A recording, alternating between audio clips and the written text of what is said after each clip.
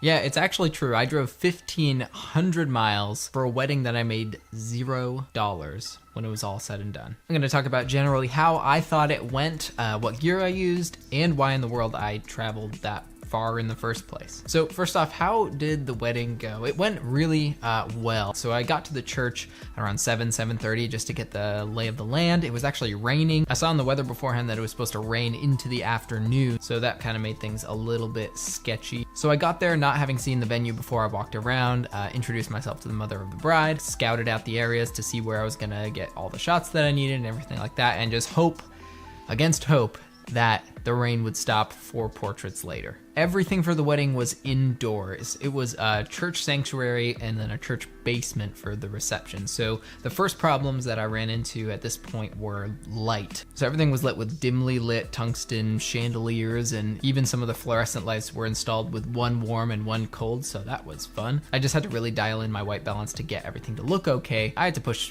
between 800 and 1600 ISO just to get everything properly exposed. So that was a little bit annoying, but I got everything I needed, so that's all that really matters. It came around 2 o'clock and it actually stopped raining, which was amazing. So we went outside. It was pretty cold, 40-ish degrees and windy. So we went outside, did some portraits, got all the shots that I wanted, and the clouds actually cleared so you could see the mountains in the background. And I'm not going to be showing you any of the clips from the wedding because one, that would be inappropriate to show you those clips before I even show the couple. So after I've delivered those to the couple, I'll be sharing maybe a few clips here and there from there, and maybe even do a critique on my own wedding and some things I should have added, missed, forgot, or what have you. So I might do a self-critique and then let you guys go from there. So I'll be going a little more in depth on the wedding, like I said, in a different video, but it went well. I got everything that I think I needed, and I'm working on the final edit now. But why in the world did I do this in the first place? I showed in a previous video how I got this wedding, so I'll link that here and I'll put it in the end screen as well. And that kind of shares how it originally happened, but why I took it in the first place. I actually saw this quote, I think it was like a week ago, which kind of gave me the idea for how I wanted to structure this video, was that there are 3 different things you want to look for when it comes to client work. And I kind of applied this to the wedding. So you need 2 of these 3 things to qualify it as like a good project that you should take on. So the 3 things are portfolio building, money, or connections. So which 2 of those do I personally think this wedding was under? Like I said, I made $0, and this was in Vermont,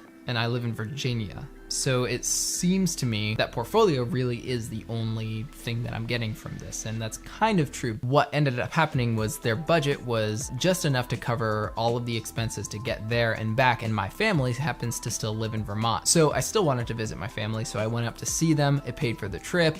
We had a nice time there. It was able to cover that. So I kind of labeled that under the money category, but it's still a little sketchy where I would put that. So it's like maybe half money, but mostly portfolio. I'm gonna be using a lot of these portrait shots on my wedding, and as I consider what packages I want to offer, really putting those forward as the work I'm able to do, along with a reel of some of the other work that I do. So portfolio is going to be the #1 thing, and just getting my foot in the door for the wedding industry. So anyways, the reason you're all here is the gear that I use. You're going to be extremely disappointed with what gear I didn't use. I ended up not using the Sigma 17-50 basically ever.